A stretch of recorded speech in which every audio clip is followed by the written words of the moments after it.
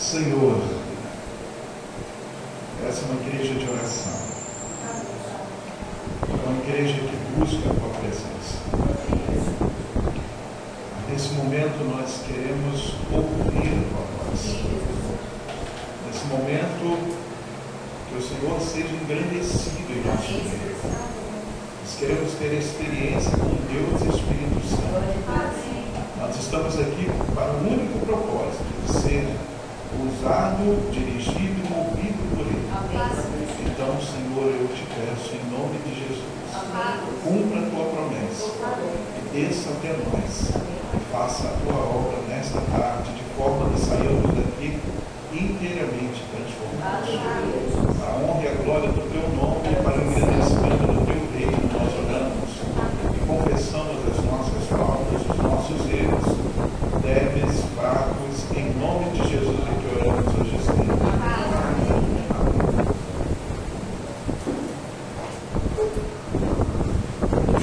Bom, queridos, nós iremos iniciar respondendo uma questão bíblica.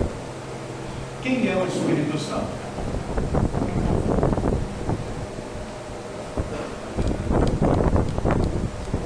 Quem é o Espírito Santo? Então, vamos abrir a palavra de Deus. Salmo 139. Enquanto você abre, eu quero que você procure o Salmo 139, mas eu quero que você me ouça também, porque nós vamos ter que ajustar algumas coisas aqui dentro da mente. Sabe quando a gente está vivenciando uma experiência e aí estamos pensando de um jeito, e a gente precisa ajustar essa forma de pensar, tá certo? Então a gente vai precisar ajustar algumas coisas. É importante a gente reconsiderar o caminho que nós estamos tomando em relação ao pensamento. Então nós vamos, a primeira coisa que nós precisamos fazer antes de ler esse texto é entender de que Sansão, Davi, Samuel, Moisés, Abraão, Sara, Ruth, Esther e tantos outros, Daniel, Isaías, Jeremias, Ezequiel, todas essas pessoas, Maria, Magdala, Salomé, todas essas pessoas tiveram suas experiências com Deus. Mas você, a partir de hoje, nunca mais vai dizer assim: eu gostaria de ser igual a José. Porque se você pede a Deus para você ser igual a José, antes de você se tornar um governador do Egito, você vai ter que ser uma pessoa de altivez, metida, arrogante.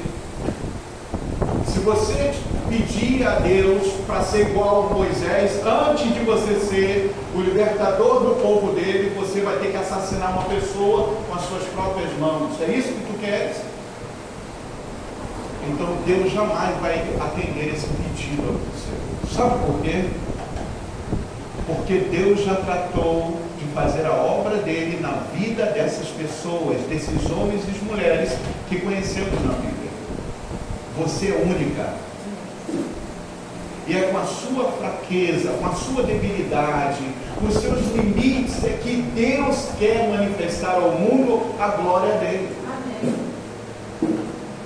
Então pare de ficar olhando para os personagens bíblicos, dizendo, eu quero ser igual. Não, você foi escolhido nesses últimos dias para ser uma bênção de Deus, com o seu nome, com a sua identidade, da árvore que você foi cortada e enxertada na videira de Deus.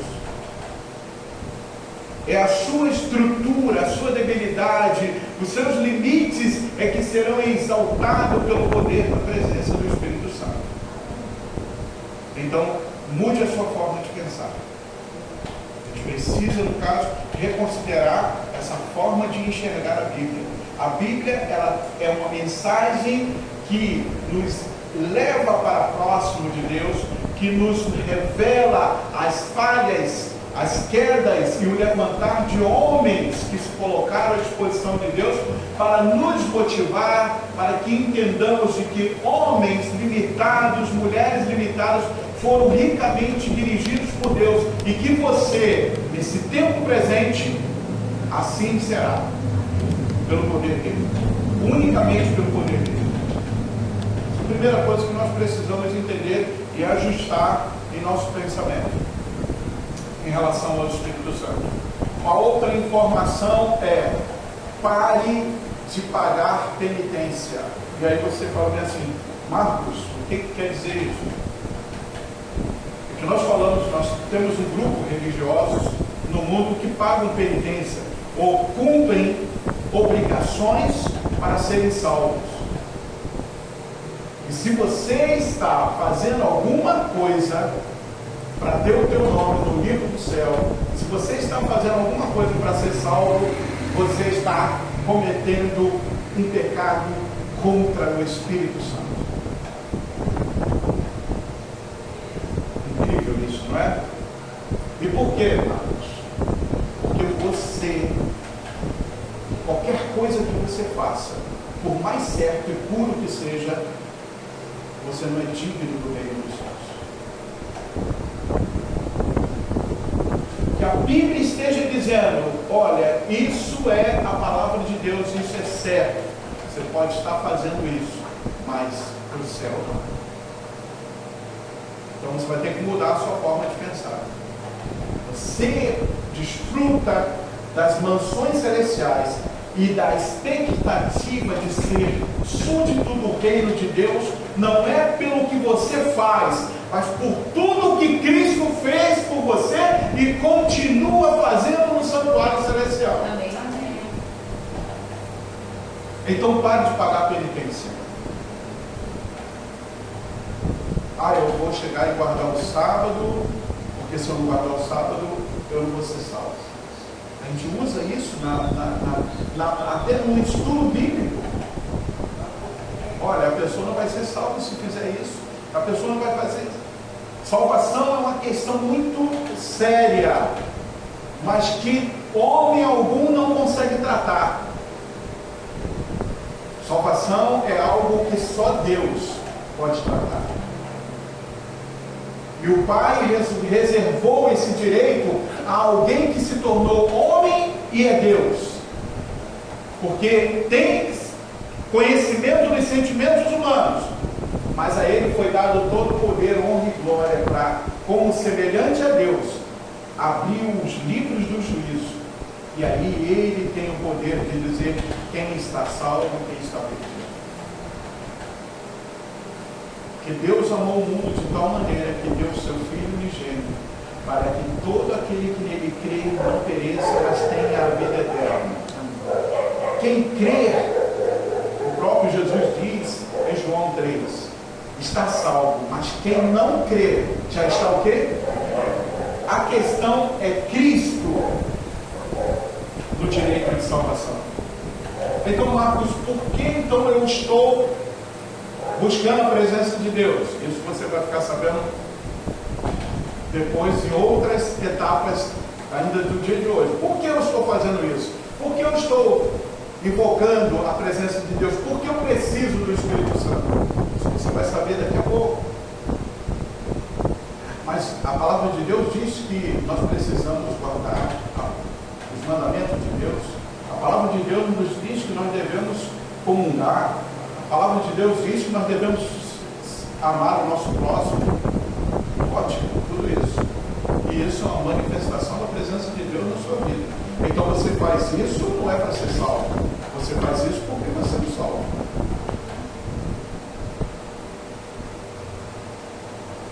Você não faz isso para ser salvo. Você faz porque você é um salvo. Você abençoa porque você é um abençoado. Então, você produz frutos porque Deus te plantou no jardim dele. E ele que está dando o crescimento e desenvolvendo frutos na tua vida. Mas não é para a salvação. A salvação está numa pessoa, em Cristo. Então nós temos que parar de falar que eu vou fazer isso, porque se eu não fizer, eu estou perdido.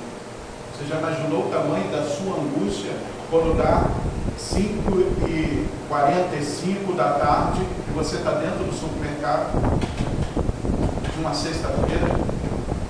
Que angústia, uma pessoa que, olha, se eu não guardar o sábado na hora certa, eu vou me perder. Olha que infelicidade que essa pessoa vai ter naquelas horas sábado. Quando ela, por algum deslize, ela não se preparou adequadamente e aí ela se vê emaranhados de pecado, ela diz, estou perdida. Olha que sentimento, porque ela está baseando as suas ações e atitudes como uma moeda para pagar a Deus a sua salvação. Não, eu sou salvo em Cristo. E se eu falhei, vou voltar atrás e fazer agora, eu vou melhorar. Próxima sexta-feira eu vou melhorar. Olha, não estou conseguindo, Senhor, me ajude, eu vou melhorar a minha entrada no sábado, porque às vezes eu não consigo. Senhor, me ajude, eu às vezes estou na estrada. Senhor, me ajude a me preparar durante a semana. Senhor Espírito Santo, eu preciso desfrutar de paz. Terceira informação que precisa ser mudada aqui. Então, entenderam? Não podemos fazer moeda de troca com Deus. Ah, se eu não fizer isso, Deus não vai me abençoar. Não vou ser salvo. Toma cuidado com isso.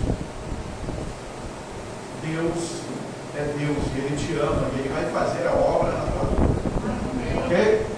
Uma outra coisa que eu preciso que você entenda antes de nós lermos o texto bíblico é uma mensagem do anticristo que tomou conta das entranhas da igreja de Deus e falamos isso como se isso fosse alguma coisa divina. Nós não vamos levar nada para o céu a não ser o nosso caráter. Meu Deus. Você já imaginou se eu levar o meu caráter para o céu? Eu não saio um palmo desse chão. Com qualquer esforço que eu faça, eu não subo um palmo desse chão. Porque o meu caráter é perverso, é mau, é indigno. Mas eu posso te dizer que Cristo vai se manifestar na sua igreja e vai colocar o caráter dele em nós. O caráter de Cristo. Quem que vai te levar para o céu? Não é o meu caráter. É o caráter de quem? De Cristo. White diz que o Senhor Jesus deseja manifestar-se o seu caráter sobre a sua igreja, para que o mundo veja o poder do Evangelho. É por isso que estamos aqui. Para que Deus manifeste o seu caráter, molde a nossa vida. Quarto ponto importante para nós iniciarmos essa compreensão de quem é o Espírito Santo. Quarto e último. Depois eu coloco mais outras importantes linhas de pensamento. Hoje é o último dia da sua vida. Você vai morrer. E se você sabe que você vai morrer hoje, o que adianta você ficar preocupado com a dívida de amanhã? Se hoje você sabe que vai morrer, como é que você gostaria de viver o último dia da sua vida aqui na Terra?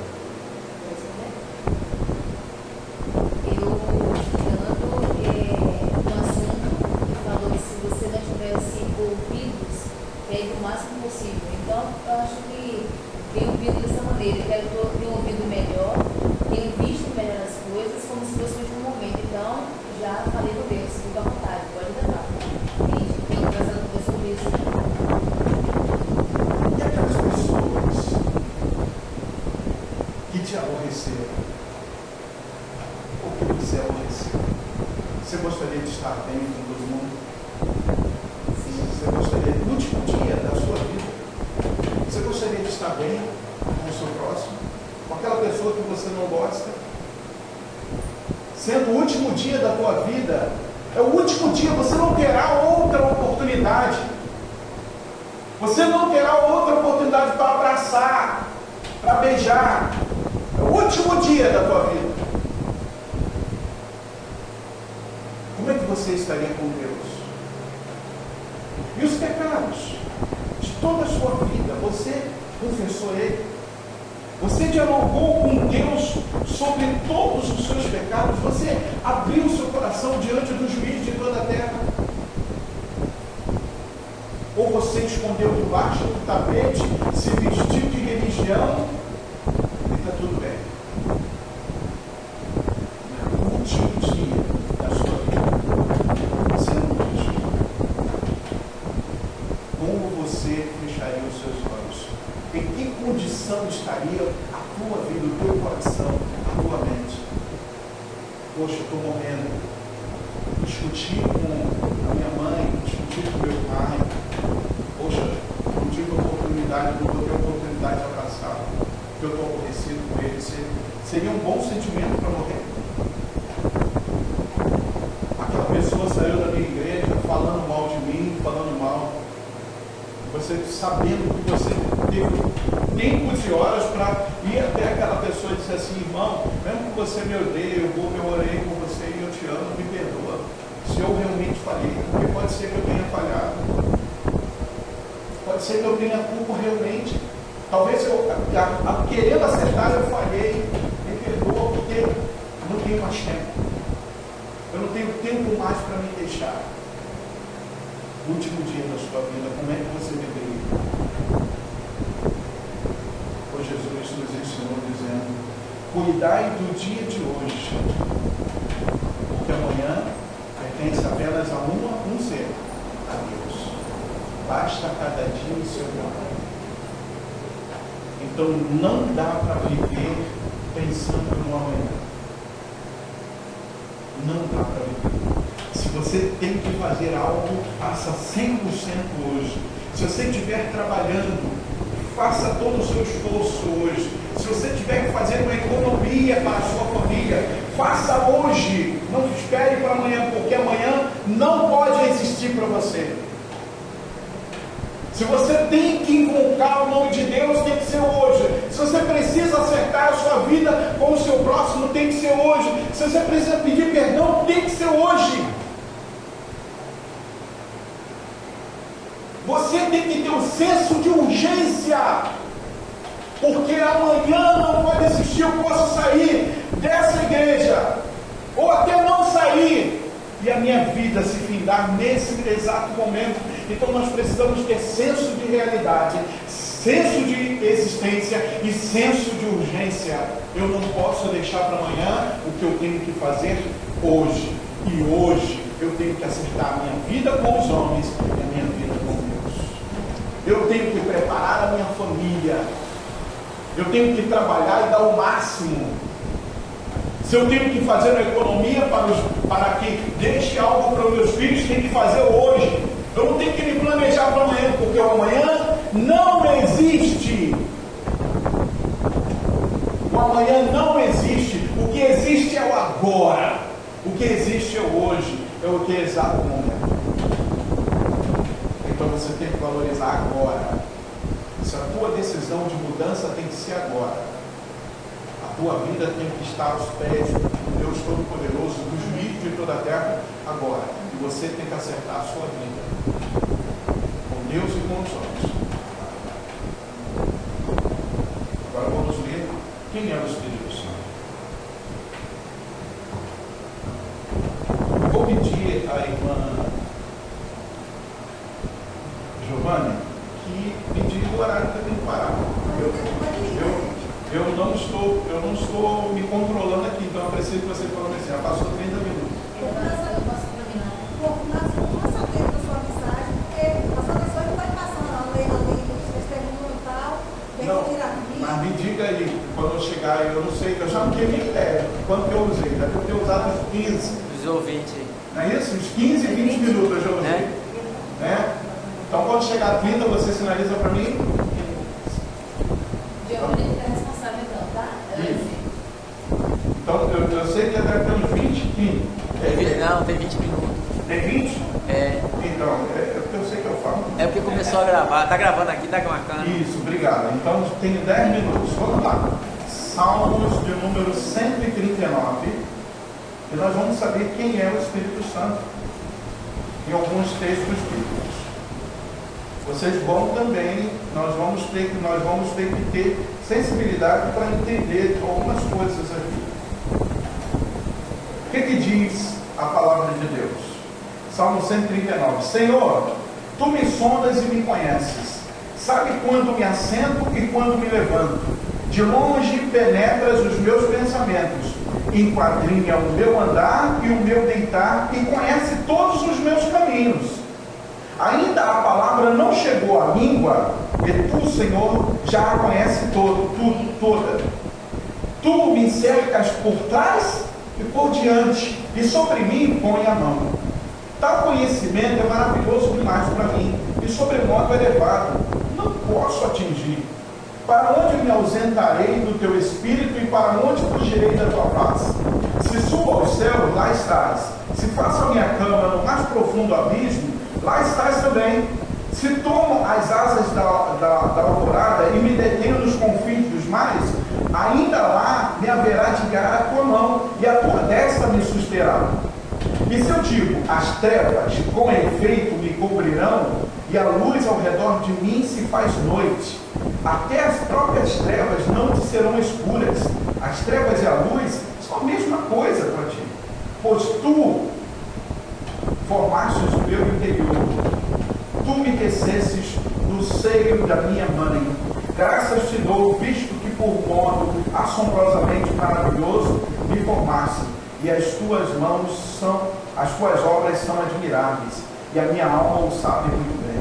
Os meus ossos não foram encobertos quando no oculto fui formado e entretecido como nas profundezas da terra. E os teus olhos me viram a substância ainda informe, e no teu livro foram escritos todos os meus dias, cada um deles escrito e determinado, quando nenhum deles havia ainda. Que preciosos para mim, ó Deus, são os teus pensamentos, e como é grande a soma deles. Se os contasse, excedem os grãos de areia. Contaria, sem jamais chegar ao fim. Quem é o Espírito Santo? Ele é Deus. Ele é aquele que te formou no ventre da tua mãe. Nós estamos falando de alguém que conhece a sua formação genética. É porque nós olhamos para alguém sentado no trono. É porque nós olhamos para alguém que viveu, nasceu, viveu, morreu, ressuscitou e foi para o céu. Nós olhamos para o Deus Pai e Filho, mas desde o início do planeta até o último dia, o Espírito de Deus, desde as águas sendo pairadas, ele traz a existência, unido ao Pai e ao Filho, de tudo que existe de belo e de bom nesse mundo. Mesmo o pecado deformando, mesmo o pecado transformando de forma negativa, ele tem trago o poder da manifestação do amor de Deus na vida de cada ser nascente. Nós não estamos tratando simplesmente de uma força, estamos tratando de alguém de uma forma muito individual que te conhece. Amém. Conhece os teus sonhos.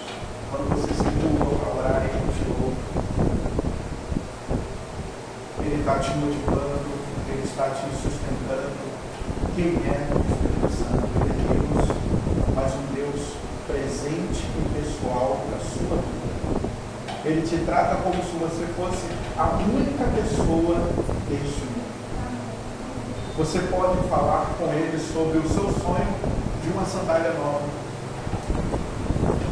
ele sabe aonde é que tem aquela sandália nova para você.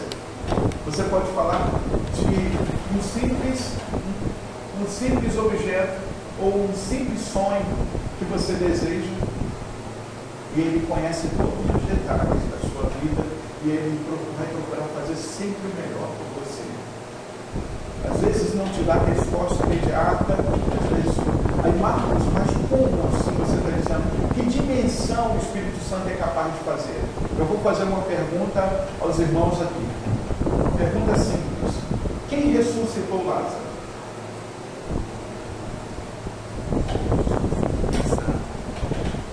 Espírito Santo. A gente estava falando, fica fácil, né? Não é isso? Mas rapidamente, se nós não fizéssemos toda essa introdução, a resposta seria Jesus, não é isso? Ah, foi Jesus que fez. Então vamos ver duas passagens bíblicas para encerrar esse momento, para a gente entender quem é o Espírito Santo e qual é o potencial que você tem para honrar o nome de Deus. Vamos lá, duas passagens bíblicas. Então vamos primeiro em Atos capítulo 10.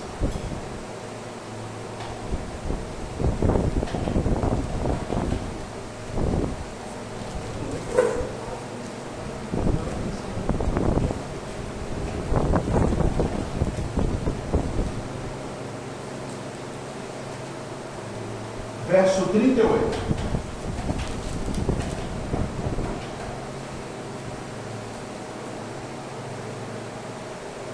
E o verso diz o seguinte, alguém pode ler para mim?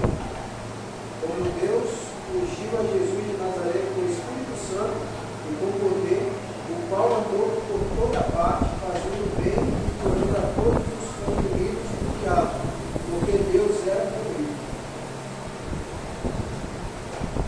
Tudo que Jesus fez, tudo que Jesus fez,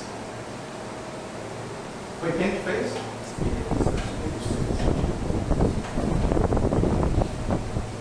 Então nós não estamos tratando simplesmente de uma força, nós estamos tratando de uma pessoa que quer dar resposta ao seu vizinho, quer dar resposta ao seu parente. Só que tem um detalhe. Como a obra de redenção tem que ser feita, ele determinou, tem que ser feita ele e o ser humano, senão ele já tinha feito isso sozinho, ele precisa de você. Ele não depende de você, ele precisa de você. Sabe por quê?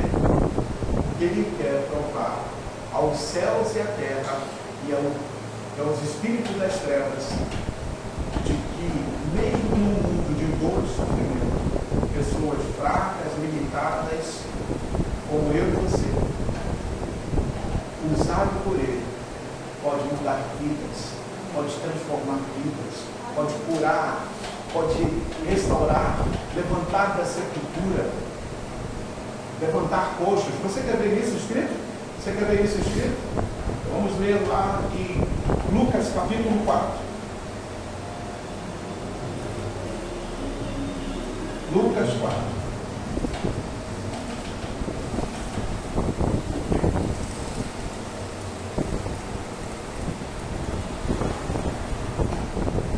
Achou Lucas 4? Amém. Verso 18. Veja o que Jesus diz sobre ele mesmo. Alguém pode ler o verso 18, 19 para mim, por favor? O Espírito do Senhor está sobre mim, porque Ele me ungiu para evangelizar os pobres, e enviou-me para proclamar libertação aos cativos e restauração da vista aos cegos, para pôr em liberdade os oprimidos e proclamar o ano aceitável do Senhor. 19? O Espírito de Deus, o Espírito Santo estava sobre quem? E a partir de que o Espírito Santo estava sobre ele, aí enviou o próprio Jesus para o quê? Dar vista aos cegos. Você está entendendo de que quando nós estamos tratando desse assunto, o potencial de serviço, você não vai ser usado pelo Espírito Santo para te servir. Depois a gente vai falar sobre isso na aula do batismo, assuntos sobre batismo, mas eu já quero que você entenda o seguinte: você está aqui tratando de um assunto que é vital para a sua vida e para a minha vida, mas para servir o mundo. E olha o que para nós encerrarmos esse momento, eu quero ler uma terceira passagem com vocês, em João capítulo 20, verso 21. Depois que Jesus ressuscitou,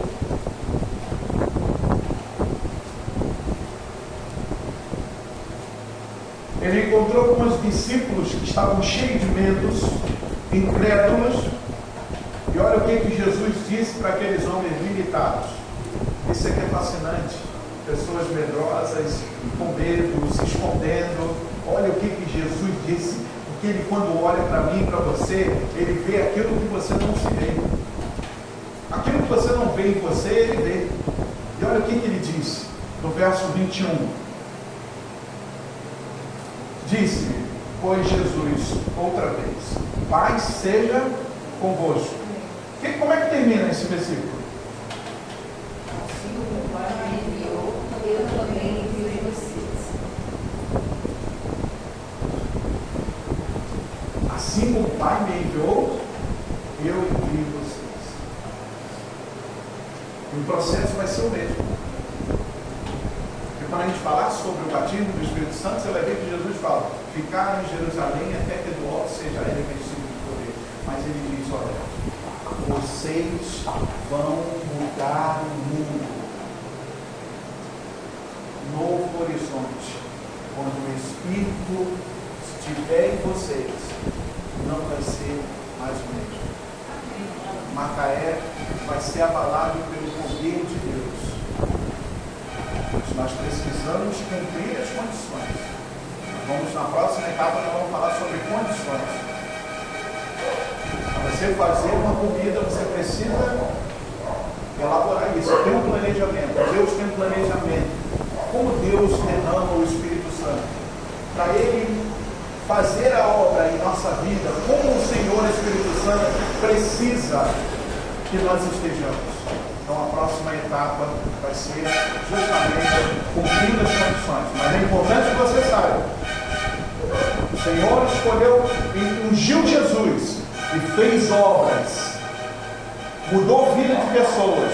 O Senhor escolheu a cada um de nós, porque assim como o Pai enviou o Senhor Jesus está nos enviando também, para cumprir a mesma etapa, servir o mundo, não servir a nós mesmos, servir o mundo, não servir uma igreja, servir o mundo, fazer a mudança na vida daqueles que você odeia, daquele que você não quer saber, fazer mudança na vida de todos que entrarem em contato contigo. Eles estarão tendo contato com aquele que conhece a natureza humana, o Senhor Espírito Santo. Deus nos abençoe. Nesse momento nós vamos orar.